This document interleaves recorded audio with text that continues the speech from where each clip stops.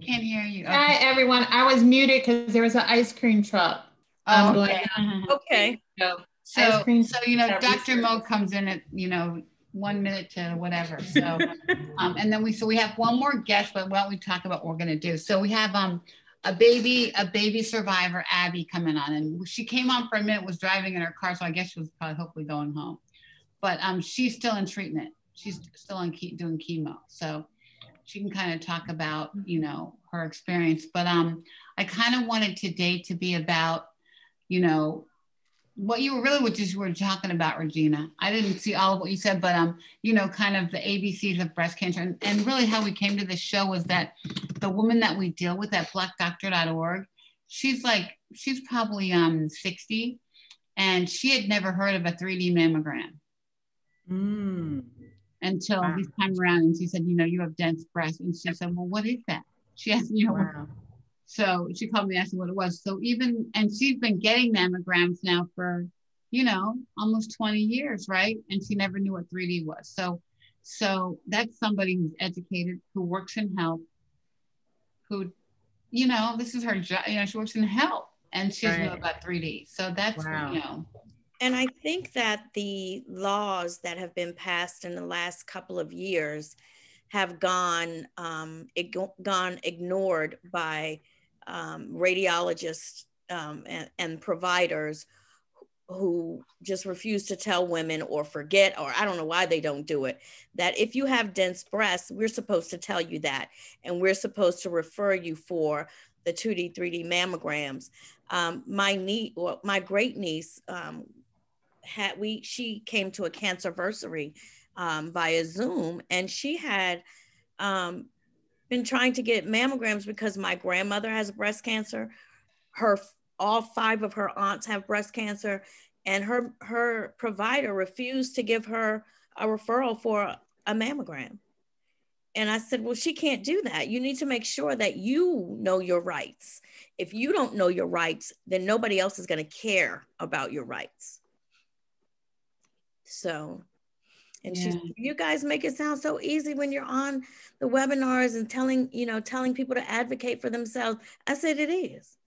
It's no easier than when you go to Nordstrom and they don't have your shoe size, and you want them to find that shoe, or something happens. God help you if something happens to that Gucci. Oh, I'm going to get a new purse. Same thing, different product. Right. So a lot of the states that are requiring now, when we send out our letters with the results for the screening mammograms, that it include if you have dense breasts. Right. So that is something that a lot of states are including. I will say the majority of the facilities I work with, we do 3D mammograms, but it is something that myself as a radiologist, I tell all patients, if you have access to a facility with 3D mammogram, definitely go. Even if your breasts aren't dense, it still gives us more information. Absolutely. So Ricky, the flow for this afternoon, is it more conversational? Do you ever have presenters bring in PowerPoints? How do you want to we usually don't do PowerPoint just because with too many people on the screen, you can't see. It's much more conversational. So what I'm thinking is we get Regina to talk, and then Nina. Regina kind of talk about like the basic stuff, and I'll start by speaking out a few facts, and then Regina can talk, and then we'll get Nina to talk about radiation, and then we'll get you to talk about resources, and then we'll get Abby to tell her story. And the only reason I said that is because I am talking about resources, right? And so if you want to show a PowerPoint, that's fine. I'll share the screen with you right now. So if you want to do that, that's fine. Yeah, only because it is resources, and I want women to really, men or whomever, to really be able to go away with tangible things that they can act on. So I mean, links and things of that nature. Terry, can you give her the rights to the screen? Oh, I think all I have to do is share it. Let's practice it. Hold on 1 second. And Terry, can you call Abby? I did. I left her a message. Okay. I don't see her. All I see, like when I go to share the screen, it just says. Can you share? We'll share. Try sharing, Shanta. Okay, hold on just a second. It said host disabled participant screen sharing. Host has enabled it? Disabled it. Oh, so the host has to. Yeah, how do I, where'd you that go would to be you, Ricky. So you're gonna go into. I know, okay. I've never shared the screen before. Yeah, multiple can share. We got to get some of those shirts that Dr. Regina has on. You see that? I know, I have one. I do have one. I actually have the black sweater that the girls wear. I love Dr. Regina. She is so funny. I know. I know. I have one. You can have. That's because I don't take myself that seriously. I know. Shanta, what I was going to ask is that at the end of the program, please send that PowerPoint to me, and I'll post it on our website and on our social media so that people can be able to click the link and your contact information as well. Okay. Okay. So Ricky, can you share now? Can you share now? Let's see. Dr. Nina was saying her internet was a little. Yeah, she just said she's going to log back in.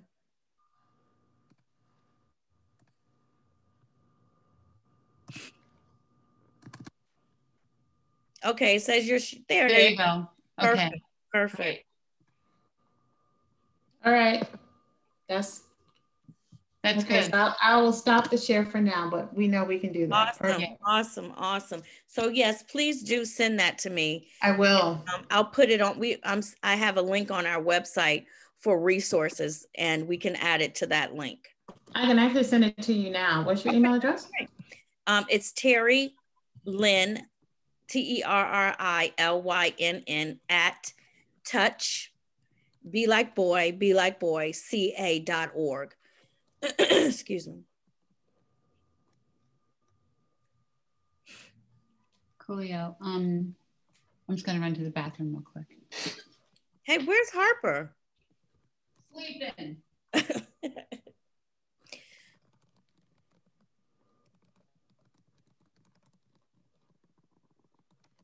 So I heard you talking about the ice cream truck and the noise.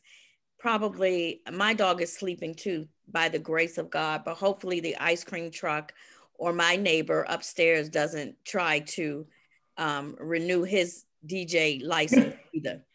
You know, it's been quiet all day. And of course, like I said, I've been actually at my parents for the past 2 months because I sent my mom. Was telling me. How's she doing? Yeah, I sent my mom to the hospital August 4th, my dad August 9th. I just brought my dad home this past Friday. And because he was okay, I just learned, unfortunately, when I brought him home that he had an actual stroke. You would have thought somebody would have told me that while he was in the hospital. Where was he? What hospital? We're here in Atlanta. Okay, all right. And I just happened to be reading the discharge papers from rehab and saw that he had a cerebral infarction. I'm so sorry. Because that's not what he went to the hospital for. And nowhere in the conversation. And you get it that sometimes we go to the hospital and things happen while we're there.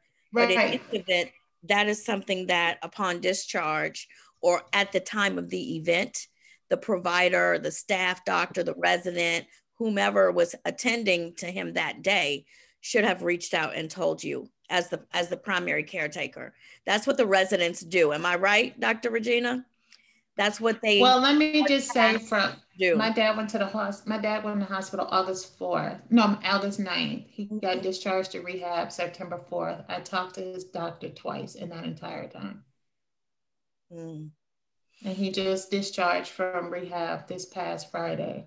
And I still have not spoken with the physician on staff at the rehab. I'm so sorry. A lot of hospitals, providers, we don't, and the nurses that attend to, patients, 90% of us aren't that way. I know it. Aren't that way. But I'm gonna make it better for the next person. Indeed, absolutely, and I'm sure you have been advocating. And I'm sure. Well, he just came home Friday, so I just found out all of this stuff Friday evening. Wow. So it's going to be a very exciting Monday for somebody. Along with the fact they lost all of his clothes. They sent him home with somebody else's clothes. Yeah. Oh, it's been more than. Was this in Atlanta? He was at Wellstar, but then he went to Fulton Center for rehab. So that's where he spent the last month. And it has been terrible. Wow. You know, I worked at a nursing home for probably 3 days. I called out sick the other 2. And Dr. Regina's laughing because my mouth was something to contend with. I was like, yeah. Ooh, you can't do that. You can't let this lady sit here like that. Man, what is wrong with you? And I'm trying to change everybody's patient, not just mine, but the others. I'm trying to change, you know, you can't, well, we don't have time. I said, well, then you need to go call Indeed or something because you got to hire people. You can't do that. It was bad. And I learned that he failed. No one ever told me he failed. Oh, yes. Welcome to the world of rehab, of SNF. Wow. Yeah. So I said, whatever he comes home able to do or not able to do, we'll just tend with it because that's just what we do. Absolutely. Yeah. And you know God got you. So that's not the issue. Exactly. So you called Abby? Yes. Let me see.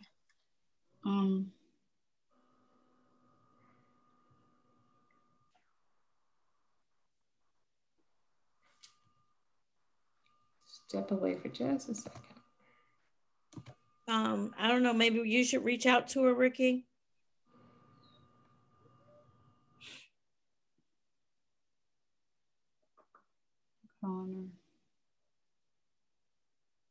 She was on and she was in her car. Yeah.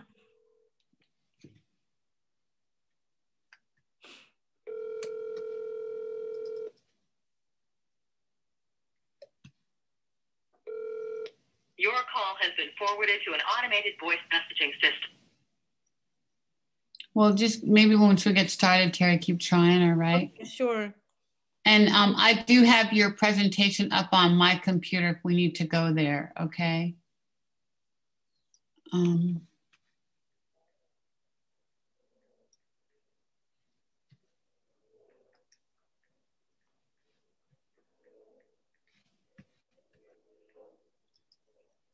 Please disregard the people screaming in the background. Somebody must have just got a touchdown. All right, I'm gonna set up the live. You wanna text Monique for me too? Oh, doing it already.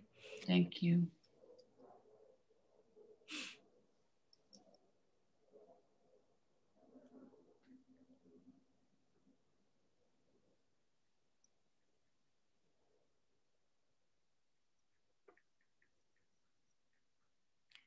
Did you get the information, the text I sent you about Rudy? Yes. I didn't know you knew him. I didn't know I knew him either. Oh, here we go. All right. Okay, there we go. I didn't know him either, but then when you sent that picture, Nate was like, here y'all are. Hey. Oh my goodness. I'm fangirling over here. I'm so excited to see you guys. Hello. You can't see my gray sweatpants, can you? No, Dr. Mo, but we can see that bed hair. Pull it down on the left. Hey. Come on, like this, look. Judgment-free zone. I need to shave it up. Right here. Fix your glasses. Some of us haven't been to a hair salon since the pandemic began. And some of us don't have any hair and it doesn't matter. Perfect. So Mo, I think we're gonna let Regina go first, then Dr. Nina, then Shanta, and she has some slides and we don't know where Abby is. That's okay. Would you like for me to read some bios and introduce these lovely folks? Sure. All righty, I can do that. Let me. Sure, and it's 3 o'clock. You ready to go? What would you like me to start with when I'm talking? Just talking about mammograms in general, or? Let's see. Who's asking? Yeah, I think you should talk about. I'll talk throughout some facts. You can talk about, you know, the importance of screening, the importance of breast health, the importance of knowing your body, and then I think. Dr. Nina probably can go into more detail about, you want you to do more detail about the like different kinds of mammograms or? Breast density, I think is important to touch on. Yeah.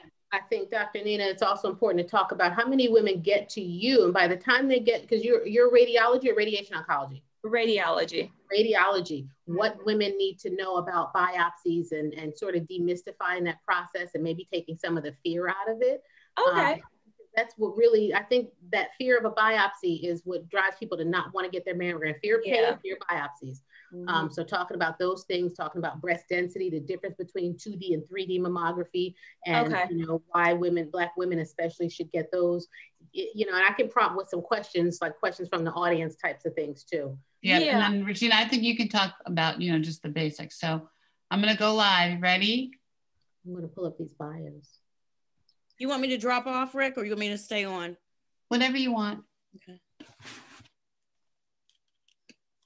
Good afternoon. The doctor is in.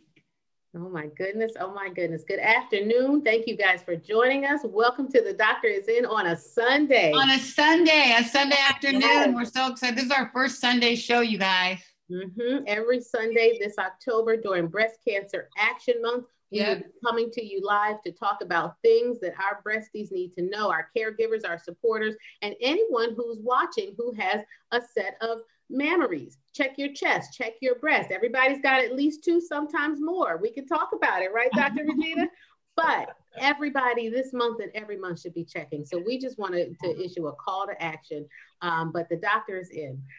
Ricky, how you doing today? I am great. I'm so excited. We have such a great show planned. I say that every week, right? But only my doc is here, all right? And she is the badass doc. Sorry, Mo, you know I love you, Mo, but listen, this is all love. Why don't you introduce Dr. Regina then? Why don't you go ahead? So we have them. We're going to talk about the ABCs of Black breast cancer, why it's different for Black women and what we have to do, and have some great resources. We have Dr. Nina Watson too, in addition to Dr. Hampton, Shanta Chambers, and we hope we have a new breastie coming on, but Terry's going to stand in for her if not. So you want to do some introductions, and I'll talk some facts. Oh, all right, I can. You know, I think I'm going to start with Dr. Regina Hampton. Dr. Regina Hampton is an amazing breast surgeon in Washington, D.C. and the surrounding DMV area. And she is also the co-owner of the Cherry Blossom Intimates, which is a store that if you've not even been to the website, you have got to go to. But she is a breast surgical oncologist and director of the program. I want to say it is at Washington. It's not Washington Medical Center. Please correct me, Dr. Hampton. Doctors Community Medical Center. Doctors Community, and they are doing amazing work in the community with respect to addressing some of the health disparities that we are seeing, especially in the DMV area. In addition to that, she's a friend, she's a mentor, she's a breastie, surgeon extraordinaire, and just a trusted resource. You know, when you think about doctors that you go to, that you can trust their opinions, their medical opinions, their advice, and they'll treat you like family. And so I'm so, it's true. Yes. You know, if I needed you, if I needed a surgeon, I would call you, and that's the highest compliment any surgeon can give. So I'm so thrilled to have you back here today to talk to us about the ABCs of breast cancer. And she's the president of the doctors of the hospital. President of the medical staff, which is incredible. And so we are so thrilled to have you today. Thank you for joining us. And I'm going to let you talk for a little bit, and then we'll introduce Dr. Nina, and I'll let you talk for a bit as well.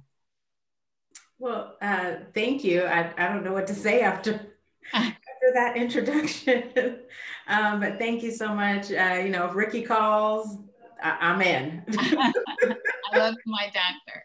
I just say yes, because I think what she's doing is just so incredible. So thank you. I think it's just so important that, you know, we all be here today to talk about, you know, Black women's health in regards to breast cancer. You know, I think we all know the statistics. We've heard them, the fact that, you know, we as African-American women get breast cancer less than our white counterparts, but our mortality rates are higher. We get breast cancer at younger ages, and we often get a more aggressive form of breast cancer called triple negative disease. But I think there's some good news when we look at how we're managing. You know, I think we have better imaging, which Dr. Nina is going to talk about. We definitely have more awareness. I think when we look at the treatment side of triple negative breast cancer, typically we used to take everybody to surgery first. And now we've realized that the most important treatment for triple negative disease is that chemotherapy. So let's get that going first. And it's been amazing, and Dr. Monique can attest to this, at how those cancers just melt away when you get that chemo in first and get it in early. And so I think as we look at long term, we're going to see that triple negative, the outcomes are going to be better just because we've switched our mindset and we've switched our treatment approach to triple negative disease. So, you know, I'm definitely encouraged and inspired by that. I love that you said that. Mm-hmm. I think just as African-American women, we just still have to be our own advocate. Before we came on, we were talking about how, you know, we advocate for our children, we advocate for that nice handbag and try and negotiate the price. We negotiate for the car, but we don't negotiate for ourselves. Right. And I think as African-American women, we've got to put ourselves first. Mm-hmm. If something feels abnormal, if you think something's going on, you've got to go and get it checked out. If you speak to a doctor and that doctor says, oh, no, you're okay. But the little voice in your back of your mind, that same one that says, girl, you know, that man ain't no good. That same little voice. That one. It's always right. It's always right. That's right. So listen to that voice and go and see another 2 or 3 doctors until someone takes you seriously and really understands the seriousness and really answers the question. And if it comes out and everything is benign, then great.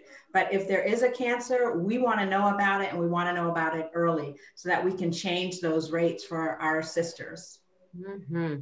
I love that you said that. And I love you talked about the negotiables. And I want to circle back. And my question to you when we get back to you is going to be, are there some non-negotiables in breast cancer and some things that we really need to talk about as part of the standard of care?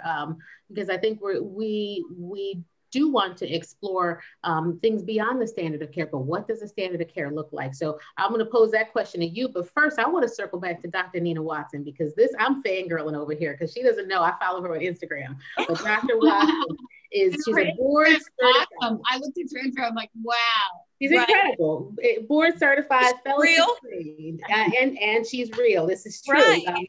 Certified diagnostic radiologist. So that means she's skilled in all aspects of breast imaging, including 3D mammograms, where she'll talk about breast MRI, interventional breast biopsies, procedures. She completed her training at Columbia University and New York Presbyterian. She is on the board of national organizations. She is the CEO of her own enterprise with Dr. Nina Watson. She's a fitness expert in wellness, health, nutrition. Dr. Nina, thank you for joining us today. We're just so happy to see you. And I want you to go back for us. Before we get to the cancer, we got to do some things first. And what are the things that women need to know, I guess, about imaging for their breast? Yeah, so one of the first things to remember is, you know, there's all this talk about mammograms, but it's like, you know, what is the goal of a mammogram? Mm-hmm. Sometimes, unfortunately, some women may feel the goal is to prevent breast cancer. That's not the goal. The goal is to find a cancer if it is present as soon as possible, when it's as small as possible, so that it's the most treatable.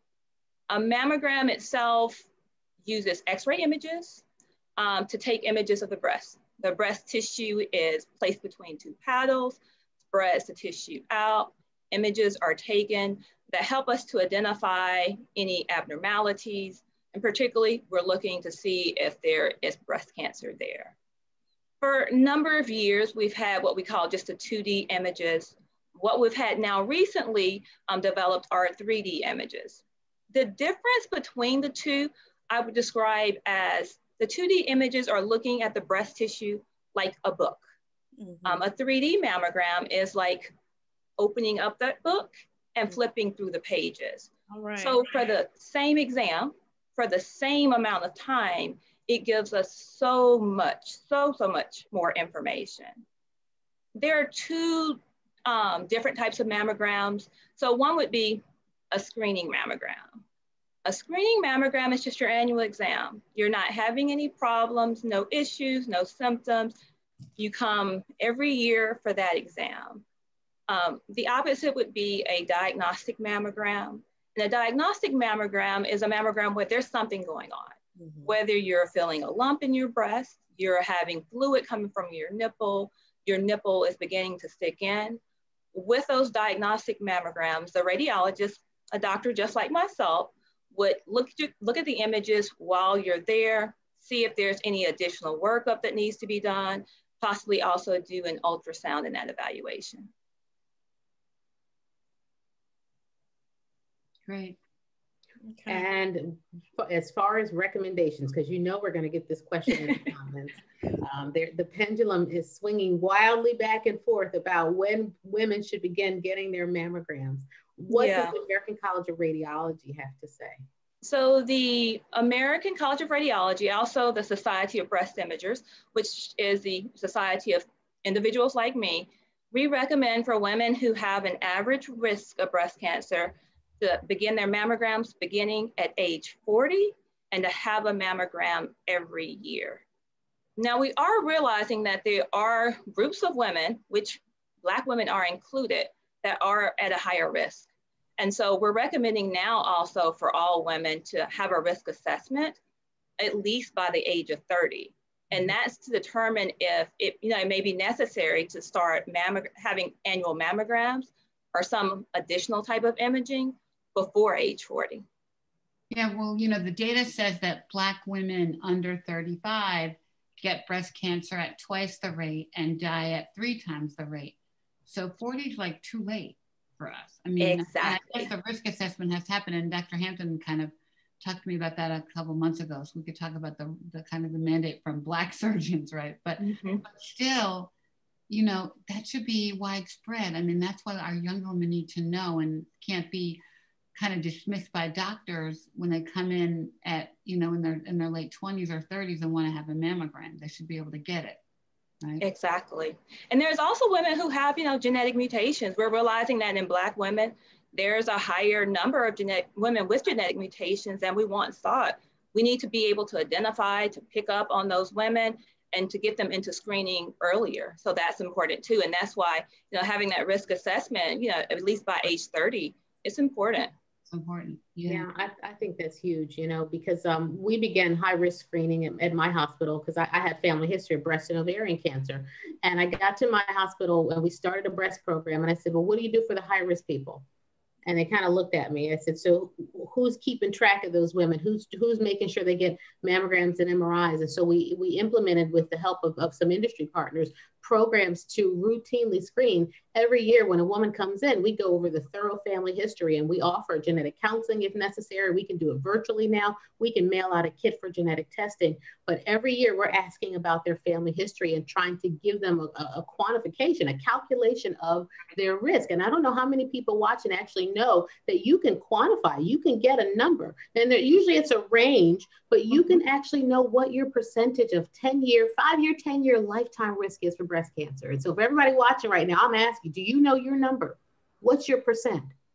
And if you don't know, you need to go to your gynecologist, go to your PCP, go to your breast surgeon and ask those questions. Dr. Hampton, would you chime in here and talk more about the importance of knowing that family history and doing that risk assessment? Because I think in years past, maybe 10 years ago, some doctors were doing it and some weren't, but now it's kind of almost a mandate, right?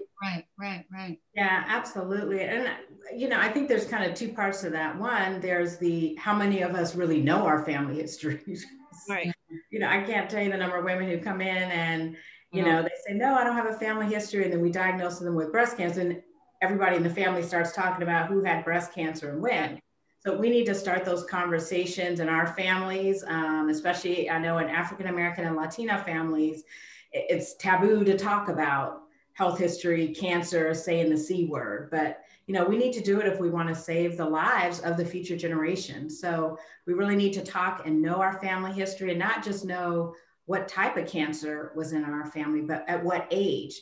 Because even beyond breast cancer, we tend to get a lot of cancers, colon cancer, prostate cancer, name it. We usually get it early. So knowing the age is so important so that we can start doing the screening and doing the risk assessment.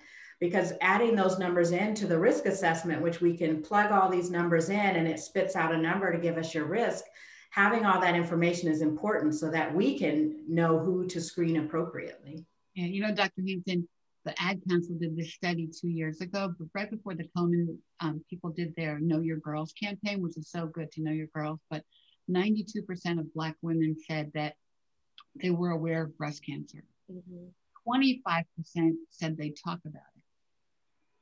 17% act on it. Wow. That's scary. That's scary. We don't talk about it in our families. And so we're all about know your her story, know your her story, know your her story. Well, let's chime in. Let's hone in on that though, because what is the fear? Because I'll tell you, I didn't know what my mother died from till I was almost 29, and she died at 29 of ovarian cancer, and it was just something down there, and we didn't talk about it, you know. And where did that come from? What do we do? How do we combat that in our families and have those tough conversations, you know, that maybe show that we didn't know as much, you know, maybe our mother died and we didn't know what she died from, you know, how do we piece that together and start to make our conversations look a little healthier in our families? Yeah. I think it's generational. I feel like the younger generation get it, and they're trying to really pull the information out from the older generations. And I think, you know, really just communicating to the older generation that this is about love. Right. Your health history is about love for your family. Right. Wow. Introduce Shanta. I was just going to say, I want to get you in here. You go ahead, Ricky. No, Shanta is a fierce force to reckon with, and has been in this space for many years, helping women with everything, right? With everything about their lives. So I'm so glad you're here. So tell people what you do better than me, but she just is like, I just see her as like, when you need help, you call Shanta. I love that. You sound like Batgirl or something, or like a superhero. Let me go get my cape. Yeah. Let me go pull my cape out the closet, right? Well, needless to say, I'm excited about sharing this afternoon. I don't know if you ladies saw my post, and I said, well, we're about to go into the Zoomosphere with some amazing women, because I think it is so important. Going back to the last question is, how do we do this? What do? We start the conversation. And I think we do exactly what we're doing today, is really bringing this conversation and meeting women where they are. This afternoon, I have the pleasure of sharing resources, because the one thing that even in my work and working with communities that they always say, well, I don't know where the resources are, or I don't know how to connect with those resources. And so I'm sure that all of the doctors on the panel, you probably hear this all day and night. And so what I want to do is just spend some time today kind of sharing some resources that everyone who's watching this, as well as all of you, as you're interfacing with your patients, your community, et cetera, you can take them something, you can take them a resource, right? I think Dr. Hampton touched on earlier, if this was about a Gucci bag of these kinds of things, we would make it a priority. We can always tell women where to get the best Remy. We can tell them where to find the latest stilettos. Now you're gonna be able to tell them where they can find some breast cancer resources. All right now. Absolutely. Wow, I love that. Talk to us more about some of those reputable resources. So hopefully everyone can actually see my screen here. So great. So Patient Advocate Foundation, we're a 25-year-old organization that's been at the front line of really working with women and men and the entire community around helping folks with chronic, complex, debilitating conditions really navigate the barriers to care. And we were actually birthed out of a tragedy. So our founder, Nancy Davenport Enos, lost her dear friend because her insurance would not allow off-label usage of a therapy that could have potentially saved her life. And so from that, as Cheryl battled with her own breast cancer, at her point of death, Nancy said, no other woman should ever lose their life because of an insurance-related decision or an inability for them to be able to have access to novel therapy and to care. And from that, almost 25 years later, here we are as an organization served over 1.4 million individuals across the entire country. So this is just kind of a statement from our CEO, and it really level sets, because I think oftentimes we don't realize that women, especially women with breast cancer, especially Black women who are at risk with breast cancer, we're starting from a very different place, whether it's because of our social economic conditions, whether it's because of family history, or even if it's from just emotional and physical exhaustion from feeling like we have to fight for everything, including access to screening and early detection. And so that is why for us as an organization, we want to make it easy for those individuals who have a variety of different chronic conditions to be able to access resources pretty easily. So today, what I want to talk about is a lot of resources that we as an organization have kind of cataloged, right? I'm a social worker by training, and we live by that black file cabinet. And we know many times you pull out that black file cabinet and you looking for resources and you reach the back and you realize that the person who's sitting across that table from you has more need than your black file cabinet can address. And so what I want to share with you is one of our signature resources, which is our National Financial Resource Directory. What we've actually done is pull into one online directory hundreds of resources from across the country. So we have resources in this online database from all 50 states, a variety of chronic conditions, including breast cancer. And for those who have other chronic conditions, we have resources in this tool. You can search by asking 4 questions: age, your state you want to choose, and medical condition. You can also choose the tab. If you look here, there's one tab for uninsured and another tab for underinsured, because many of us know that there are even individuals walking around now that have insurance, but the insurance that they have is not sufficient to really cover what they need. So what we wanted to do is put in one searchable database all potential resources to help folks find financial and other resources that they need. As a pullout, we've actually built out 2 resources specifically for those living with breast cancer. And that's actually our breast cancer resource directory. So you don't have to go all over town. You can actually go to this online resource. It has the same search features where you would enter your age, you would enter the state that you want to search for. You would also enter breast cancer. And it allows you to search what we call service areas. Service areas can include everything from looking for financial resources to cover utilities, to financial resources to help with copay assistance, for financial resources to help with childcare, to even scholarship information for those who may have had breast cancer or any other chronic condition and desire to pursue their education. So this pullout is specifically for breast cancer resources. Along with that, because we also realize that the unique needs of those who have metastatic breast cancer. So along with that breast cancer resource directory, we've also embedded resources specifically for women who may be living with metastatic breast cancer. The search features are all the same. You go in, as you can see in this example, the age that was entered was 18 to 26. This person wanted to search resources in Kansas, and they were looking for emotional support resources and fertility resources. And just by answering those 4 questions with this one search, this person was able to identify 116 resources. Now, if you think about it, how long in our old antiquated file drawer days would it take us to find 116 resources? We will become so frustrated in the process that we just give up. And so many of us know women who've just given up because they're so exhausted from just trying to find these things. And so that is why, as an organization, it is so critically important for us to take the resources that our case management team taps into and puts them into these types of online resources. It's great, Tony. So go ahead. This is great. This is great. The other one I want to point out too is that copay relief, because one of the things we often hear from patients is the difficulty they have in terms of financial challenges and being able to pay for medication. I think if I was to ask anyone who's on this Zoom, tell me if you know someone or even had your own experience where you've had difficulty paying for therapy, right? We would all raise 2 hands, a foot, and probably an elbow, because we know that that's a very real experience. And so because of that, Patient Advocate Foundation, we also offer or administer a copay assistance program. This program has a variety of different copay funds, and it helps to offset those copay related expenses, including in the breast cancer space as well. This is just an example of what the breast cancer information resource looks like. It tells you what the maximum award is each year. A person can only apply once in a 12-month period, but there's no limit to the number of times that they can apply, so they can apply annually if they would like. We open and close our funds daily, so I encourage anyone to check back frequently. It takes you only about 7 to 10 minutes to complete the online application.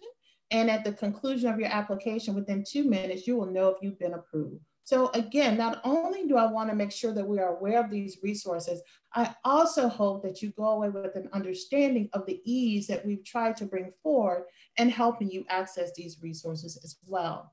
And look at that, $5,000. It's not, I mean, it's a lot of money. It's good. I mean, that's incredible.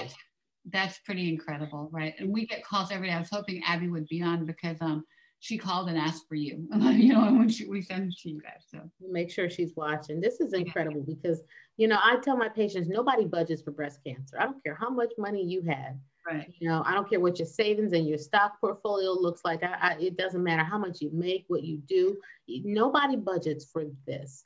And whether it's, you know, showing up for chemotherapy and getting slapped with a $10,000 bill before you get your first infusion, or if it's death by 1,000 copays, you know, this is so important because I think it's one of the reasons why people feel helpless and why there's an issue with compliance sometimes as well. Because, you know, when you got to choose between your weekly or your monthly groceries or your copays, you know, the choice becomes a lot different and a lot more real.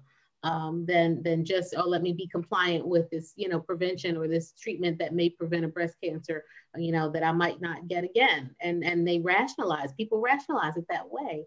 And they rationalize away their chances at success sometimes. So this is huge, but I want you to finish telling us the rest of the information and then we'll get to some questions. That's actually a perfect lead in here, right? What did COVID show us? COVID showed us that it had no respect of person, number one.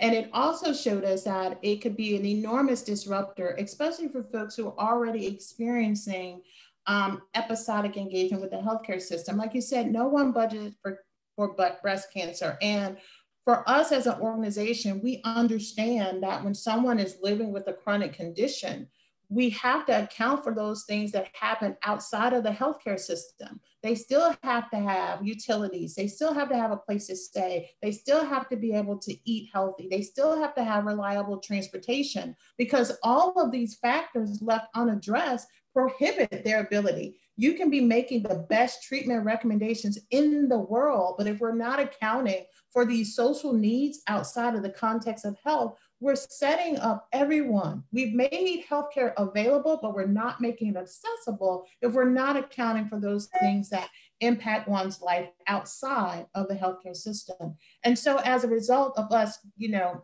with everything that happened with COVID, we realized that we have to be able to think about these other conditions. And so what we stood up was our COVID care resource. And I raised this because I encourage people to think about, as you're searching for breast cancer resources, think about resources that may be available under some other umbrella. And so that is why we actually stood up this COVID care resource. And even here, what we've done is for all of the resources that we've been able to catalog to support individuals who were directly or indirectly impacted by COVID, again, we put them all in one place for someone to be able to come to and look. And actually, as a part of it, in the resource center, this is just an example of some of these resources that we pulled together because once COVID came on board, we weren't just dealing with patients around health insurance issues. We were dealing with patients around applying for unemployment, people who are now uninsured and in treatment, right? It's like, so now what do I do? And so again, we can't minimize or can't ignore the impact of all of these outside of healthcare types of situation will have on one's ability to be able to actively engage. Mm-hmm. And as a part of that, you know, this is kind of how we design our case management work, especially with open enrollment being right around the corner. A lot of people are anxious and panicking because insurance is complex. It's not something easy to understand. So as people go away from today, I want them to understand if they felt like, you know, all of this is too complex, I don't know how to access these resources, I don't know how to connect. I want this to be the last day that actually be the phrase that you murmur because you do have a resource that's available to you. All of the support, all of our case management support, all of the resources and services that we provide as an organization are available at no cost at all. Because we know there's so many other things in life that are cost prohibitive, we wanted to make sure that connecting people to resources is not. So here's the contact information. I'm going to be sharing this. I'm sorry? Can we put that in the chat on Facebook? We'll put all this in the chat. Here, I'll take Sure. Yeah, you may need to screenshot that and we can just, yep. I will do whatever y'all need me to do to make sure our sister, girlfriends, and cousins know about these resources. And this is national, these resources. It's national, not local, right? We serve all 50 states and US territories. So if someone has and we still use telephone numbers. So if somebody can dial or if somebody can click, they can connect. I love that you said that because so many folks are having difficulty in the age of technology. We're assuming that everybody has access and everybody knows how to utilize all that technology, but some folks still mail in checks. Some people still go to the post office. Some people still dial numbers and do things by phone. And it's so important to have these resources available because you don't know how to use them till you need them. It's not like you practice this, you know? And while you stop sharing your screen, I want to throw out some statistics and get Dr. Hampton and Dr. Watson to weigh in. So there's been some studies that are showing that COVID has resulted in massive delays in screening, right? And so when you look at breast and cervical cancer screening, since from March, it was down 90% in the month of March. And by July, we're still down at least 27 to 30% from where we should be. So 285,000 missed mammograms, right? Dr. Watson, what does that mean to you? How do these women get caught up and what are we expecting? And Dr. Hampton, what are you seeing as a result of these delays?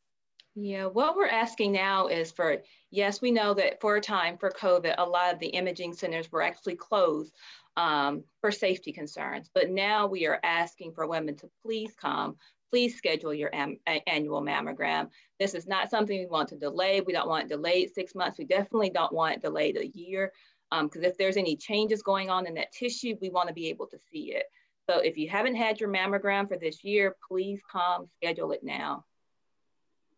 Yeah, absolutely. I mean, yeah, we have been seeing some women who've been coming in because they, certainly delayed. And I think it's important for people to know that, those of us in the healthcare space, we want you to come in and we want you to come in safely. We've all got to work every day and we're trying to keep our staff safe. We want to keep you safe. So we're taking precautions like spacing out appointments, extra cleaning. We were always cleaning before COVID, but doing extra cleaning. So I can assure you that the offices, the health arena, we've really made it safe for you to come in because we realize that, there are still other health challenges that people are going through beyond COVID. But money shouldn't be one of them. Money should not be one of them. And I think also people have to know that you guys are walking around in these gowns and shields and you're doing everything to protect us from doing it. Because I read a study the other day that there will be 10,000 extra deaths because of lack of screening for breast and colorectal cancer. So in the next 10 years, which is crazy. So we need to be going and we can't. So Shanta has taken money off the table for not being here. So Ricky, let me actually add, because most of what we deal with will be women post actual diagnosis. However, I think you pointed out something really important is that money should not be an issue because each state has a breast and cervical cancer screening program that is supported by the Centers for Disease Control, Division of Cancer Prevention and Control, every single state. And those programs are designed to provide mammography screening for uninsured, low-income women. So every single state is operating a breast and cervical cancer screening program. That's great. That's great. And to add to that, there are places where you can go to utilize that. So I know here in the DC area, we have a place called Breast Care for Washington. We take anyone, whether you have insurance or not. We work very closely with our state breast and cervical program. So these resources are out there and we really, really recommend. Some of the programs don't even use all of their money every year, which is ludicrous. So please, ladies, access these resources and use the money. It's there. I was going to touch on that as well, how every state has the cervical and breast cancer database, for lack of a better term.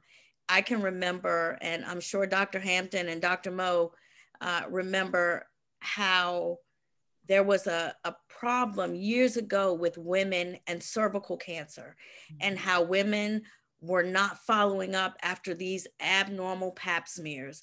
And one particular lab, which I won't in this area, I won't name that lab, was severely sanctioned and fined because they had so many women who had abnormal pap smears and they did not follow up. And it's the same situation here now, where, you know, if you have an abnormal mammogram, someone is going to be calling you and saying, hey, what's up? You didn't come and redo this mammogram, just like with the abnormal pap smears. But a lot of women, I know so many women in this area had no idea about Breast Cancer for Washington. And I remember we did a fundraiser open house through an insurance company that I worked for. And I know that Breast Care for Washington must have did a mammogram for every woman in Washington, D.C. and Virginia that day. And when they were done, they wanted to give us mammograms. So we think that there's no excuse, but there's always an excuse. How do you short of the new EMR programs, you have to check everything. She said she had it, but does the provider go that extra step to make sure? You know, I can speak to that too. Internal medicine level. I'm sorry, Dr. Mo. No, I think you're right. And there are checklists and there are hard stops in the EMR. There are incentives, even as far as, primary doctors checking on, you work in a medical practice before, checking those boxes and making sure beyond the referral, right? Because that's what we do. We say, oh, you're due for your colonoscopy. I'm going to give you a referral, and you give the referral, and what the patient does with it from there. Right. What do you do? Like, what do you do? How can you, how do you put an end to that? If we knew the answers, we'd all be rich.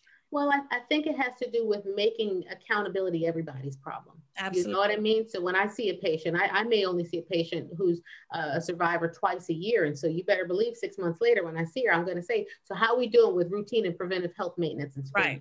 Right. And then making sure that I pass off, I hand off to the PCP, I hand off to that gynecologist and say, okay, Ms. Jenkins is due for her colonoscopy, please follow up on this, and making sure they get the notes. And there's no, you think it would be easier with an electronic system, but communication is priceless. It really isn't. But Dr. Watson, I want to ask you, for the people who are afraid, because there's a lot of folks, and they're very intellectual, that are concerned about radiation associated with mammography. They're looking into thermography. They're looking into ultrasounds as an alternative.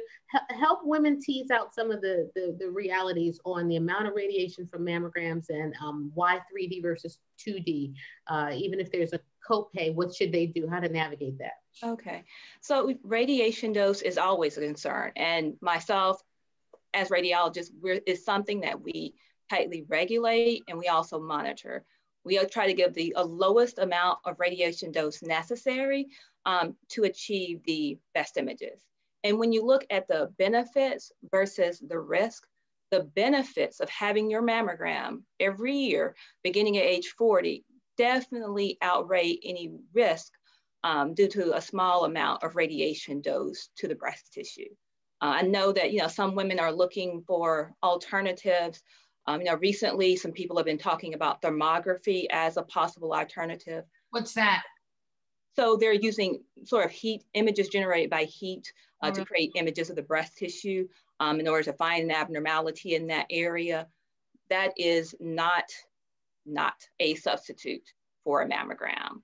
If you would actually say that again.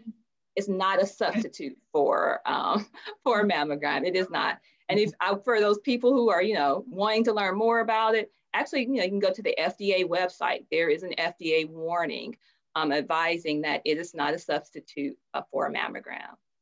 Breast ultrasound, yes, it is a great exam. It's a great tool that we use, but it's actually complementary to a mammogram. The two work together to give us the most information, particularly in women who have very dense breasts.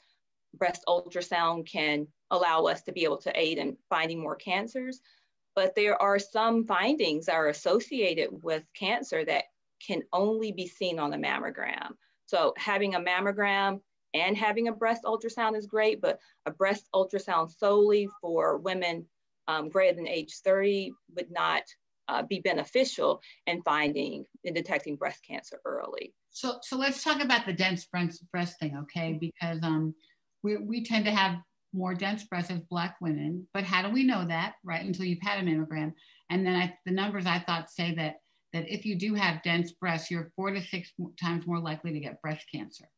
Yeah, so how do I know that I have them? And then what do I do about that?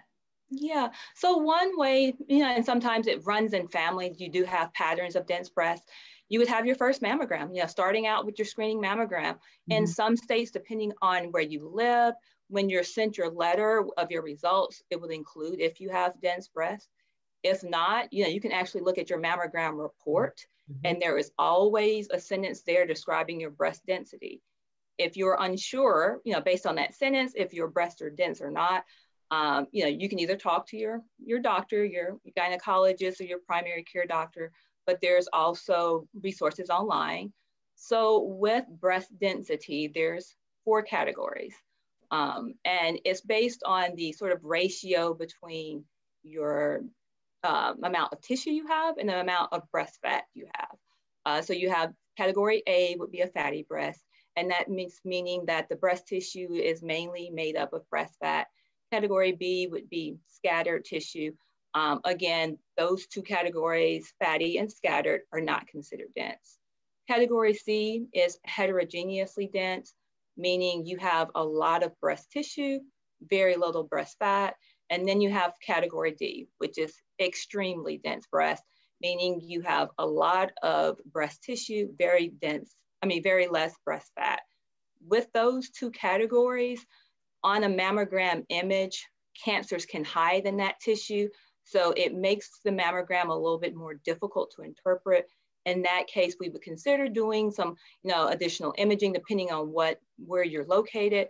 You do a breast ultrasound. Some facilities are also doing a breast MRI as a way to evaluate those women. Great. Thanks, Dr. Monique, for showing the picture here. Yes, exactly. The picture right there. Without the words. I got you, Doc, because this is something, and it's different than when you go to your doctor and they do the exam and they go, okay, you have dense breasts, and then they send you on your way and you're like, well, what does that mean? Exactly. And if you would look at the images here, so you see how you see the category 4, the extremely dense breast, you see a lot of white there. That's the fibroglandular tissue, the breast tissue with white. The dark areas, those are areas of breast fat. Well, breast cancer appears as white. So it can hide in those areas where there's a lot of breast tissue, making it more difficult to find. And then also, as Ricky, as you brought out, women with dense breasts do have an elevated lifetime risk of breast cancer. So Dr. Hampton, when you do your risk assessments, can you talk about, can you identify breast density even on an early stage?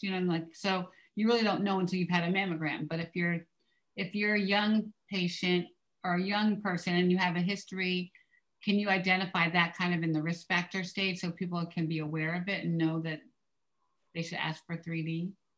Oh, they've actually incorporated breast density into the risk assessment models that we use. So, we can look on the radiology report, and, some radiology centers are great about identifying that on the report. Some can still help us out a little bit better. But once we have that gets plugged into the risk assessment with family history, menopausal status, if there've been any hormone use, if there have been any prior biopsies that have shown something called atypia, atypical lobular, atypical ductal hyperplasia, and all that can be plugged in to create the risk number, the percentage. Great. And your breast density can change with time also. That's another important factor. So younger women tend to have more dense breasts. The breast tissue is more dense. But as we get older, the tissue becomes more fatty. So it also changes with time. And Dr. Anita, we had a question actually on that very same thing, that if younger women have more dense breasts, but are, if their risk of getting breast cancer is higher than their counterparts, should younger women be getting screened with ultrasound? Is there any recommendation there from the society about that? Yeah, so what we would do is, first we want to determine if they're elevated risk or if they have some type of genetic mutation. For those individuals who do have an elevated lifetime risk, then we would actually screen with breast MRI, those women. For women less than 30, if they come in with a symptom, lump in the breast, changes with the nipple, fluid coming from the nipple, the first step is actually to use ultrasound to evaluate the concern. Mm-hmm. And I think that's a really important point too, is that if a young woman feels a lump, and she goes to her provider or her doctor and says, I feel something, for that doctor to do an exam and not order imaging, especially in a young Black woman, especially if there's any family history, to not take that seriously, I think is almost criminal, and we need to find doctors who take us very seriously. And so if you happen to be watching and you have felt a lump and your doctor said, oh no, don't worry about that, find a new doctor. Well, I think the medical community has been so confusing when we talk about breast exams, clinical breast exams, because they've been telling our primary care counterparts not to do clinical breast exams. They're telling the general public not to do your own breast self-exam. So I don't get it. I mean, I think if a patient comes in with a lump, or if a patient doesn't feel a lump and their provider feels a lump, I mean, that's a two-prong approach in addition to doing a mammogram. I mean, so we're telling people, don't feel your breast, just get your mammogram. Well, by then, the mass or the lump or the cancer might be a lot larger than we might have found if we were doing an exam. So I still advocate for breast self-exam, breast self-awareness. I still advocate for clinicians. I certainly do a clinical breast exam and encourage my primary care colleagues to continue doing them as well. So self-exam, how often? Every month, right? Like pick a day of the month.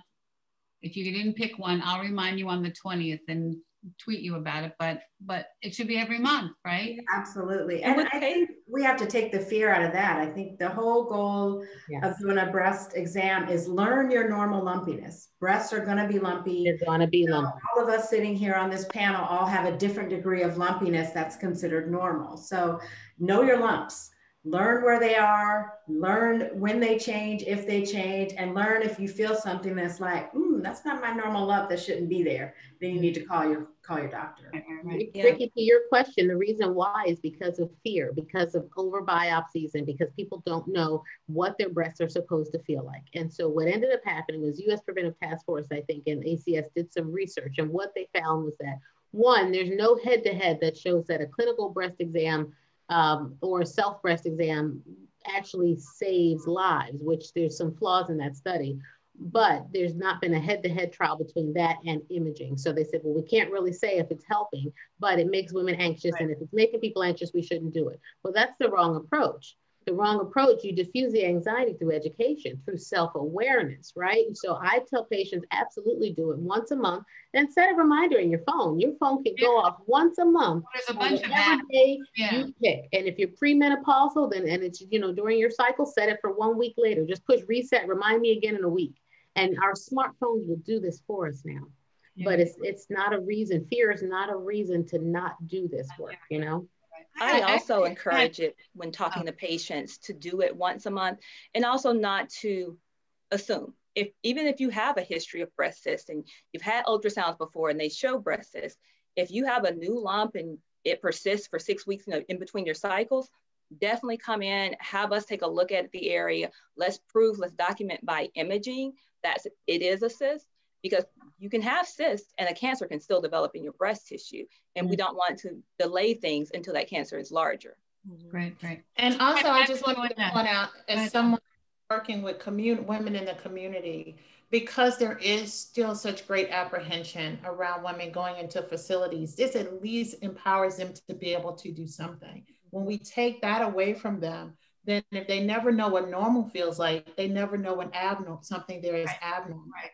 So I think it's about, until women you know, we can say come back, but I think the real reality is women are still going to be a little apprehensive. So giving them a tool or giving them something that they could do so that they are taking some degree of action has to be meaningful. I have a question. So prior to being diagnosed with breast cancer, I was a candidate to have a double mastectomy prophylactically. But the insurance company that I was forced to choose because I had no insurance refused to do it because they said that it would be hard in the event that I developed breast cancer, it would be literally impossible to detect. So fast forward 6 months later, I still had my breast. I was diagnosed with breast cancer. So now I'm completely flat. What do I do in terms of checking my breasts every month? I know a lot of women in this area and a lot of women that watch our program are flat. What do you suggest that we do? Dr. Mo, Dr. Gina? You want to take that one? I mean, still do an exam. There's still breast tissue there, even though you're flat. So still do an exam just as you would if you had breast there. In fact, it's easier to feel because you're not having to, you know, try and get through a lot of breast tissue. But yeah, absolutely. If you're flat, keep checking. Thank you. And I'll chime in and say, I tell my patients to check above their collarbone, below their collarbone. Feel the skin, feel the scars under the arms where those lymph nodes live, right under that muscle there where you stick your thumb in. Those are places that you need to be checking, and every woman should be checking those places. Your breast tissue goes all the way up to your collarbones. It's not just here down. It's not just the stuff that protrudes. All of this is all part of that exam, you know, and we can definitely. So you didn't take it all out of me? Well, so here's the thing. I tell patients it's like separating a Jell-O pudding cup, right? So underneath the skin's a layer of fat that Dr. Nina talked about, and then under that fat's a dense breast tissue. You can take that dense breast tissue out, but it's like if you take the chocolate layer off a pudding cup, you'll still see some chocolate on the vanilla layer underneath, right? You can never really scoop it all out because of the difference between them is so close. That's why I check my lymph nodes, everything. Gotta check it. So we had Abby join us, you guys. Oh my goodness, hello. Abby. And Hi, I'm so sorry I'm late. Can everyone see and hear me? Yes, we can see and hear you fine. Okay. So Abby's a newbie breastie. How'd you find your cancer, Abby? I had a follow-up mammogram because I had a problematic mammogram 6 months ago, and 6 months prior, I should say. And so my original mammogram was scheduled for during COVID. It got pushed back. And so when I went in for the mammogram, there was some abnormal stuff on the mammogram. And so the doctor did a biopsy right then and there and pretty much called me 2 days later to tell me that it was cancer. So 6 months ago, you had a mammogram and they said, yeah. And they said, come back because your breast tissue is dense, and we just kind of want to follow up. So I had dense breast tissue. They didn't see anything on that initial mammogram, but I was just told to follow up in 6 months. Thank God, right? Right. Abby, tell everybody how old you are. Sorry. I am 41. Okay. I had no history, no family history of breast cancer. I thought So that was your first mammogram at age 40? Yes, my second one, right? So I had the first one in 2019, and then I was supposed to follow up in March of 2020, and then that was in the midst of COVID, and so it was rescheduled till June of 2020. And that's when I was diagnosed. So where are you in your treatment right now? I am on chemo. I have a AC cycle. I just finished the 3rd cycle of AC, and I'm going to have 4 cycles of that. After that, I will have 12 cycles of Taxol. How you feeling? Today good, but obviously every day it's up and down. I'm just looking forward to getting through the AC cycle because I understand that one is more challenging. And yeah, I'm just ready to get the whole thing over with. And then when you have surgery? Yes, I already had surgery. I had a bilateral mastectomy on July 28th. Initially, I was diagnosed with stage 1, but after surgery, there was 1 lymph node positive. So I was up to a stage 2. And I believe that was why chemo was recommended, because of the positive lymph node. Yeah. And what kind of breast cancer do you have? ER positive, PR positive, and HER2 negative. Did I say that right? Yes, yes. And I love that you did, because the subtype is so important and we don't always know. Those letters don't mean a lot to us, but they mean a whole lot as far as how your treatment goes. Yeah. So yeah. And Abby, you really brought out a very good point for, all women to know, is that actually the majority of women who are diagnosed with breast cancer each year will not have a family history. So 75% will not have that family history. So while knowing if you have a family history is important, we never want to assume that we're okay or we're safe because we don't have a family history. Right. Did you feel a lump, or you just went back for the mammo? So I think when I was in 2015, I was 38, 36, 30, somewhere there. I did feel a lump, but it was benign. So I had gone for a mammogram in my 30s. So I always sort of had a lump, but since that first time when they said it was benign, a lump itself did not necessarily scare me. So, but I did feel a lump after March of 2020 this year. There was a lump in there. So yes. So docs, how do we help women know what to do? So everybody needs to do a self-exam every month. Everybody needs to know you're normal. Everybody needs to get a risk assessment before you're 30. And how do I do that? I want to get a risk assessment. I'm 28. I don't have a history, or I do have a history. What do I do? Who do I call? My GP doctor, Dr. Hampton, or who do I call to do a risk assessment? Yeah, I think if you want to get a true, a in-depth risk assessment, then you should go to a breast center. Most breast centers have a risk assessment program where it's created to evaluate women, to really dive deep into the family history and to create that printout of the risk. And then they can get recommendations from there. And again, I think that takes a lot of advocating, because the primary care doctors may say, oh, well, you don't have a family history. But again, let's advocate for ourselves. And if you go in and the risk shows low, okay, then you've done everything that you can do. But I'd rather you come in and we find out that you're low risk versus you not come in and it turns out that you're high risk. Well, my daughter, Amanda, she's now had 2 babies, but she went at age, 29 to her OBGYN and said, my mom had triple negative. I want to be checked out. And she had to fight to get, and, scream, man, just yell at them hard and yell some more, whatever, till you get it. But she eventually got pregnant, couldn't even do it. But it wasn't easy. And she does have a history. Yeah. And we don't have BRCA, but so I think that in these circumstances, we really do have to stand up for ourselves. And it's just a shame that we have to do that, and fight for ourselves, but we do. And young women, especially so many young Black women, are getting dismissed.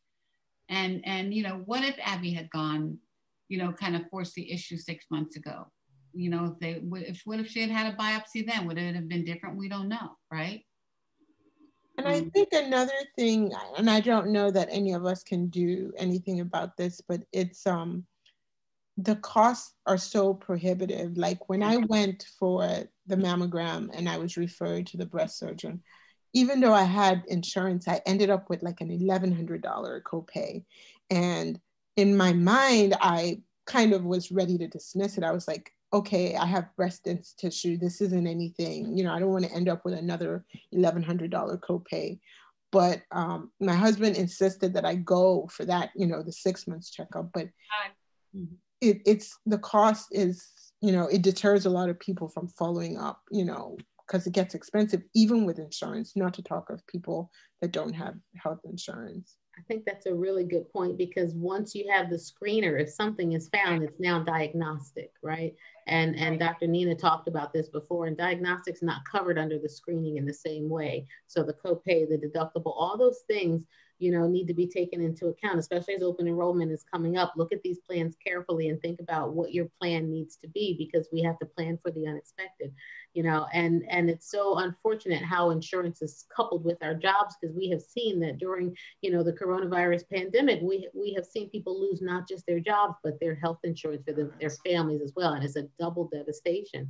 But, you know, Ricky, to your point, I think we just have to, we have to embrace the fact that it's our responsibility to know our bodies to the best that we can, and to take that monthly pause, to check in and do that exam, you know, to hold each other accountable as far as getting those mammograms, buddy up. I know I'm due for mine this month, and my high school has a whole reunion page. And I said, listen, if anybody else needs to go, let's buddy up. Let's be accountability buddies. Treat yourself to something nice afterwards, and put your picture of your treat in the comments. Let's keep this going all year. We'll start in October, but whatever month you're due, let's keep it going. So I'm going to treat myself to a plant that I've had my eye on, because I'm trying to grow my green thumb, and you treat yourself to whatever. And, you know, let's keep each other accountable. But we have to do that. Make it social. When we were able to be social, go get pedicures, go get lunch, do something to help your sisters along, because we're all we have. You know, Black women are gonna have to save this planet and each other as we're at it. And I think that we have to stay with that, you know, and make sure that we do, because this is, it is happening. You know, we can talk about prevention, but right now, prevention for us looks like interception. It looks like finding it early. It looks like exercise and drinking our water and reducing our stress, and, you know, trying to keep our bodies as healthy as we can. There's no real magic pill. You know, Dr. Regina, I don't know how many people you see taking the estrogen blockers when they don't have cancer, but a lot of women don't want to take those pills to prevent a cancer they might never get, right? Right. Yeah. It's hard for me to convince them to take it when, you know, I tell them, look, you have a reason to take it. I can't even take it. So, you know, if you could take that advantage. So it's, yeah, same thing. And I do want to underscore the economic piece here, because I think it is critically important, because we are talking, when we start looking at the broad tapestry of women of color, we are also talking about women who are socially economic disadvantaged. And so, as we touched on earlier, we know that cost is a factor that's preventing so many of our young, middle-aged, and older Black women from accessing care. So it's important for organizations like Patient Advocate Foundation, others who are in also this patient advocacy space, to really keep at the forefront this whole phrase around financial toxicity. Is not just a catchphrase, it's a reality for so many. And so we really have to push the policy agenda forward so that economics does not become a driving force in terms of whether a woman lives or dies. Yeah. Right. And if that is your concern, like you've come in for your screening mammogram and a diagnostic mammogram is recommended, and you do have financial concerns over being able to pay or to cover those, definitely let the doctor know, the radiologist, the staff there at the imaging center. We will definitely try to do whatever we can to hook you up with resources if that's a concern. The other thing I want to jump on was also what Dr. Mo was saying about, you know, having your mammogram annually, is that, you know, we're busy people, we're working, we're taking care of our family, there's a lot going on. So sometimes, you know, we can forget. So often I will recommend to patients scheduling it around the important date, you know, scheduling it around your birthday, so that you know that each year you have it. Schedule it around your anniversary. Or also, like Dr. Mo brought, getting together with friends, get together with your sisters, get together with your classmates, all go together, go have your mammogram, and then go out for a nice lunch. But that way, you know, having a system in place, so it's not, oh no, I haven't had my mammogram in 3 years, right. But having a system where you can make certain that you remember. Right, and have people. 2 extra strips Tylenol doesn't hurt either. About an hour beforehand, Doc. That's my secret sauce right there. I tell everybody, you know, ibuprofen not as much because it can make you bleed and bruise, but 2 extra strips Tylenol takes the edge off. I know it's not comfortable. We know it's not comfortable. But guess what? This is something that can help to find things early, help to save your life, help to get you in the self-care routine and practice, you know, that we have to do. Trust me, it hurts less than cancer. Wow. And that, boy, you might drop on that one. And to also, you know, to help alleviate discomfort is also, you know, pay attention to when you're scheduling it. If you tend to have a lot of breast tenderness, you know, prior to your period, you want to wait till after that time to schedule and have your mammogram. So thinking about those factors can also make it, you know, less discomfort during the exam. Love that. Yeah, yeah. So how early, you know, I keep telling teenagers they need to be checking their breasts. It's like when you go ask for birth control, you should be checking your breasts, right? So, and they do that at the places that people are trying to shut down that give out birth control and do breast exams, women and women's health. This is, I can't tell you the number of patients that get sent to me because some doctor did an exam at Planned Parenthood and found a lump, you know, and so we should absolutely be telling our young people about it. Check your breast, check your chest. You know, because there's a lot of folks who have chest, they're gender non-conforming and non-binary, et cetera. They're, you know, male breast cancer is a thing. Over 2,000, over 2,600 men this year will be diagnosed with breast cancer. Yeah. You know, so definitely. And often at a later stage because, you know, they're not checking the area or they're saying, you know, men don't get breast cancer. Right. But and they die at a 66% higher rate than white men. Black men do. Wow. Wow. Really out there. So what's hopeful on the horizon? Come on, give me some hope, guys. Let's talk about the things that are to come for us and our sisters. Dr. Regina and Dr. Mo are going to isolate that Black breast cancer gene. That's what I think is on the horizon. Right. Yeah, Dr. Watson's going to come up with a new form of breast imaging, right? Exactly. And we're all happy. And then breast cancer will be gone and we will all be happy. Women will save the world. I'm going to make sure everybody's not broke. Right. I'm working on that one. There's a lot of technology always going on in breast imaging to make us be able to, you know, be better at what we do and finding those small cancers. You know, 3D mammograms was probably the biggest thing. You know, now we're looking at AI, artificial intelligence, which will aid the radiologist while they examine the mammogram to be able to pick up on cancers. Also, you know, how to utilize breast MRI, not just in the cancer workup, but in patients who are high risk or patients who have dense breasts, and also some changes to the MRI exam to have a shorter exam so that more women will be able to have access to it. I love that. I order abbreviated MRIs too. And I'm glad you brought up AI because it's an interesting point. You know, artificial intelligence is trained on something. It has to be, you know, we call it validated, meaning the systems have to be programmed. And we've seen in the tech world that the systems are not validated and programmed on Black skin, Black features, Black eyes. And so when you look at things like the criminal justice system, AI is not necessarily a good thing for us. But I think in the breast world, we're finding that there are studies that are looking at the density of Black women's breasts, right? And taking that into account, and AI could be helpful for us. There's a clinical trial even, isn't there, that's looking at this maybe? There's a lot going on in AI. You see it in a lot of European countries now. A lot of it's actually coming to the US. And I think there is a greater awareness now that, you know, breast cancer is not the same in all women, that breast cancer is different in Black women. And if we're going to be able to, you know, decrease the numbers and improve the outcome among Blacks, is that we have to make certain in these studies that Black women are included. That's the only way we're really going to be able to make a difference and even out these outcomes. Yeah, we say that every show, Dr. Nina, that Black breast cancer is a different disease. We have a total different profile, and we don't believe that we understand our physiology to the extent that we should.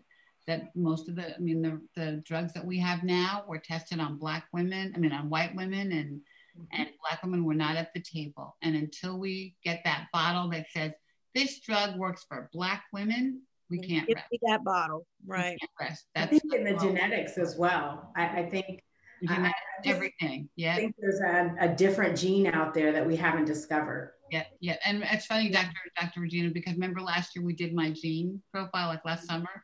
And you called me and you said, okay, Ricky, you don't have any genetic mutations. I said, well, is that good? And you're like, I don't know, because we probably don't have your gene identified yet.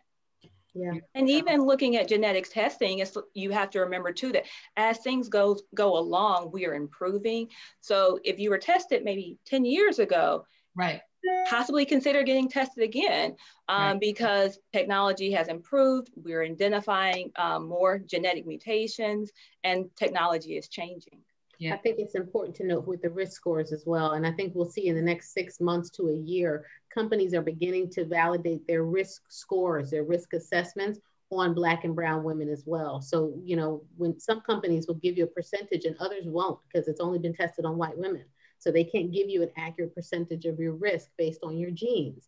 But that is also changing. So we, you know, when the opportunity to participate in trials that are not drug trials come up for us, we need to be receptive to that because these are things that can make a huge difference. And it's not, you know, the placebo versus whatever. This is a trial that looks at a different technology that could help, you know, women get breast screening that's better. It could help us figure out, you know, what's a better drug for us, what's going to prolong our lives. And so I think that, you know, transforming that fear into empowerment is where we hopefully can go from here, because we hold the secrets in our genes and our DNA. We hold the secrets. Right. And I think that we have to find that.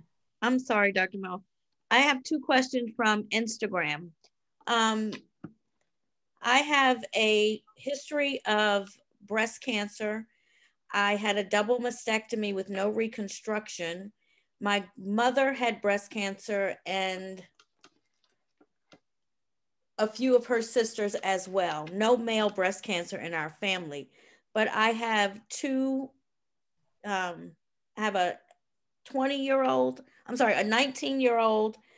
daughter and a 30-year-old daughter and a 21-year-old son. At what point do I need to have the genetic testing for my children? And do I need to have genetic testing? Sounds like there needs to be genetic testing. I'd be curious to know what age she was when she was diagnosed. Okay. If she was under the age of 50, then she should get tested, even if that happened 20 years ago. Okay, she was 51, she says. And then the other side of that is if she was under the age of 60 and had triple negative breast cancer, she qualifies to get tested. Okay. It sounds like with family history, there's a lot of family history going on. It sounds like there needs to be, you know, some conversation with a risk assessment counselor, a genetic counselor, so that they can really drill down on those cancers, drill down on the ages, and figure out who needs to be tested. Okay. You guys touched on so many things that we're going to talk about this month, and we're like over an hour, but so Wednesday we have, we're going to talk about male breast cancer with Matthew Knowles. So tune in, and we're trying to get Beyonce to tweet us. So if you guys can tweet Beyonce, but Beyonce had her BRCA test. I'm so curious. I know, right? I want to ask, but I don't know if we can. Ask it because they have to, right? Both of them. I can't wait for Wednesday because I'm going to be on pins and needles to see Dr. Mo get him up in her corner of the screen and be like, well, really? Well, tell me, you know, I can't wait because I'm gonna be on my best behavior because I don't, you know, I don't want you. The beehive is real, you know. I think it's going to be amazing, especially now, because men think that they are so far removed from certain things, and this couldn't be further from the truth. I had a gentleman who knows a friend of mine on Facebook, and he has a female friend. This guy had breast cancer, but he has a newly diagnosed female friend who's afraid to take her tamoxifen. And everybody who knows me knows that I say 24 hours a day, tamoxifen is worse than cancer. I don't care tamoxifen is the worst drug, but we need it. So guess what we do? We take it. And he was saying that she didn't want to take it and she wasn't going to get it. And I was like, oh, if she's looking for me to tell her no, not to take it, you know, it's not going to happen. But, you know, we've only scratched the surface, right? You know, literally scratched. And I mean, 100% when I say I'm waiting for Dr. Regina and Dr. Mo to isolate this gene, because I know that I know it's going to happen, and I know Lord willing and the creek don't rise, we'll all be here to see it. You know, we'll see it. We'll see it. Yeah. I think also we need more celebrity advocates. You know, when you look at high profile women of color who are breast cancer survivors who share their stories versus white women, right? I mean, they'll share their story, which is great, but you know, if we could find more and kind of get away from this traditional secrecy that we have in our culture, right? It really just changed the game. And that's why I mentioned Beyonce, because I'm really curious to know if Beyonce is BRCA positive, because can you all imagine? Right. Change this whole conversation if Beyonce were BRCA positive. Absolutely. Sharing that. If one of them would get on and say, if one of them would go do a commercial or come on one of our webinars and say, we need to check our breasts, everybody will be setting an alarm to check that. If Beyonce said it, but it's not enough for your GP or your GYN or your aunt or your mother. Or your mother. But you know, mother. Even it isn't even about whether she has BRCA or not. It's the fact that she actually got tested. She got tested. Right. So absolutely. And to your point, at least she took the precaution to get tested. I mean, when Angelina Jolie did her whole thing, whatever, a few years ago, a lot of people stood up, and a lot of Jewish women realized they had BRCA. It's a great thing. So we saw one of Beyonce tweet. So we're gonna do that. You guys. And I have another question too. We're doing the HBCU thing for the next 2 months, and one of we have two young ladies, and one of them said, "Well, what if somebody asks me about breast exams?" So we added into their media packet information on how to do a breast exam, but it's scary knowing that you're in your second or third year of college and you either don't know how to do a breast exam, never heard of it, or you don't, you know, either way, it's scary. Yeah. So we have to normalize it for them. We have interns on 5 HBCU campuses for the next month talking about breast health. So that's so important, right? And then next Sunday, we're actually going to do a special episode called What's Your Her Story, and talk about family histories and help them. We're going to talk to a family, a mom, a daughter, and an auntie, and talk about how they brought the breast cancer conversation to their kitchen table, to talk about it with their family, and what tools we can offer people to sort of bring up that conversation. So a lot going on this month. We're going to talk about clinical trials at the end of the month. We're going to talk about the flat revolution. So stay with us. We're going to be on Sundays at 3. Thank you, blackdoctor.org. And our normal Wednesdays at 6. We have an action-packed month. And I just put in the chat, at the end of the month, we're going to do a Halloween walk. On Halloween, we're going to do Walk Your Dog. We're going to give prizes to the cutest costumes for you and your dog. We're walking for bone health. You know, walking is going to keep us healthy, keep our bones strong. So walk with us. We're going to do it live here on blackdoctor.org on Halloween. So get your costumes ready. And then also, we're doing a campaign. So every weekday at 3 o'clock, we're doing a dance break. So we'll put the Zoom link in the chat, or just tune into our Facebook Live at Touch BBCA for 5 minutes. One song. We're just going to work it out from 3 to 3:05 every day and work out where the no judgment zone. So no judgment. If you want no judgment zone.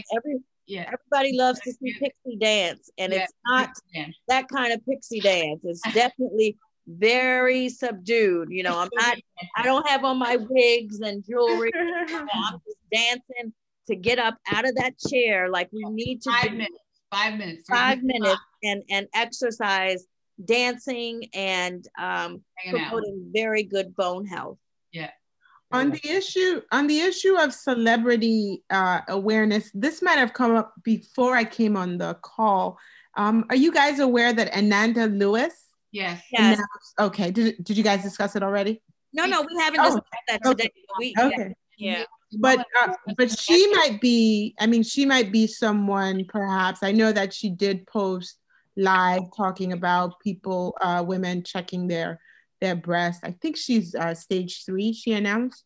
Yeah, she did. Yeah. We talked about her yesterday, so we can talk about that. But you know, hopefully she can make a statement to young women to check their breasts and you know, be aware. Yeah.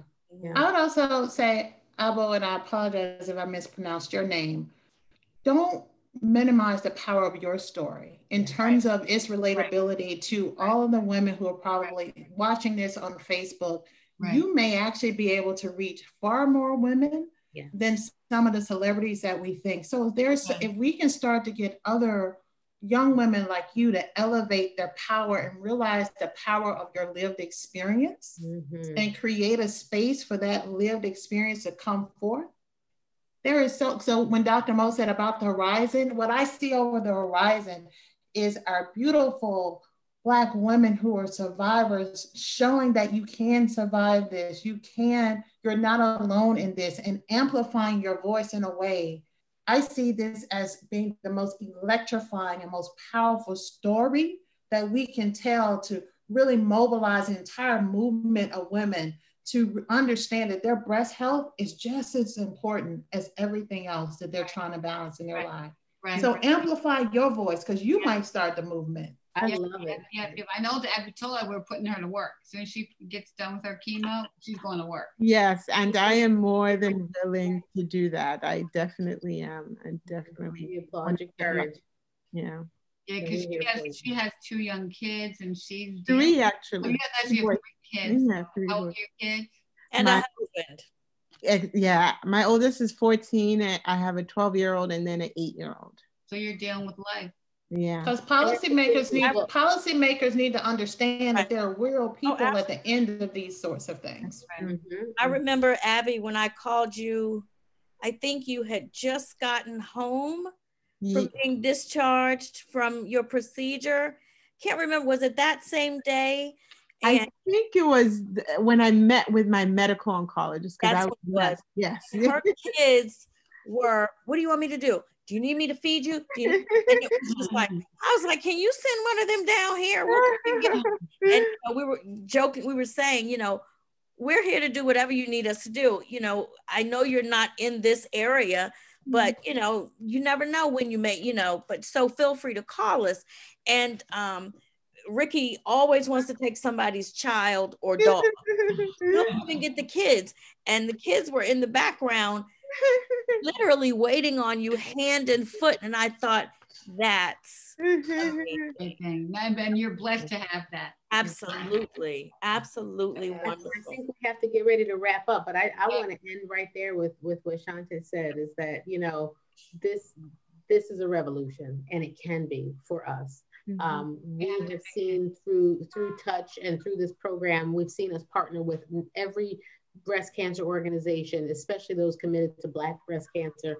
Every organization that there is now linked in to this network and tuned in, tapped in, and turned on, as Esther Hicks says, you know, about Black breast cancer and bringing us together and amplifying those voices and those stories. So thank you all for sharing. We want everybody to come into our sandbox and march down the yellow brick road to get rid of this. So that's right. This is all love, and it's all sisterhood, and we have to save ourselves, and we will.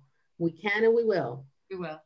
And so can you tell us, Dr. Nina and Dr. Hampton, and anyone else, how people can reach you, follow you on social media handles, etc. Real quick round robin, and then we're going to close out. So I can be followed on all forms of social media as Dr. Nina Watson. So DrNina Watson. Great. I'm on all social media as well. You can find me on my website, drreginahampton.com, which will link you to all the other organizations that I'm involved with. And I forgot to say that when you were saying do something nice for yourself, go to her store, check out cherryblossomintimates.com. Oh, yes. You'll find something nice for yourself. And she has beautiful, beautiful lingerie and products for all women, but especially for women who've had surgery. And she makes you feel like a princess when you go in there. So if you're in the DC area, check it out. It's worth the trip. Or if you're not, you can go online and buy beautiful, beautiful things that will make you feel very pretty and beautiful. Can I add one more quick thing about Cherry Blossoms? Probably 2 weeks, and I probably shouldn't say this out loud in front of Dr. Mo and Dr. Regina, I want to say maybe 2 weeks after my procedure, Jasmine reached out and said, Terry, come in and just to see, you know, we'll give you a new bra holder for your tubes, for your J tube. And I was like, no, I really don't feel like it. So I went anyway. And she made me feel like I was a princess. It was just the most serene, beautiful atmosphere. It was unbelievable. So much so, I take my shoes off only when I'm comfortable. I was in the store. There's a picture of Jasmine and I with my shoes off, and I'm standing on the floor. But it was, ladies, if you have never been, you are in for a treat. We're actually going to do the show from there on November 4th. Right, on November 4th, but they have everything you could possibly and not possibly imagine or want. You would be, you know, you so much, the swimsuits for us flats. I mean, everything that you could possibly imagine. Lots of love and lots of love. And I told the breast cancer groups to take a trip down there, you know, before COVID, but when Outside opens back up, it is a great day trip to take with your survivor support circles, because you can get some lunch, you can treat yourself, make yourself feel wonderfully special, help out other women, you know, and just really fellowship with each other and support that amazing, amazing business. So we may be coming to Atlanta soon. I actually live in Atlanta, so come on. All right. Listen, come on up to Philly. You said nothing. Come on up. And very inexpensive. They are affordable. Everything in there was very affordable and worth whatever the price was. Oh, thank you, ladies. I loved it there. Yeah. So I guess we should sign off. We're really over time today. Thank you, Doctor. Thank you to our sponsors. Andrew, we love you. Genentech, thank you for sponsoring for the month of October, and we appreciate you guys, and thank you so much. I love you guys so. Yeah, thank you all. Dr. Monique Gary. Best love. Yep, the doctor's in. Doctor's in. Take care. Take care. Terry Blosker. See you Wednesday. Matthew Knowles. Tune in Wednesday. Wednesday night. Wednesday night.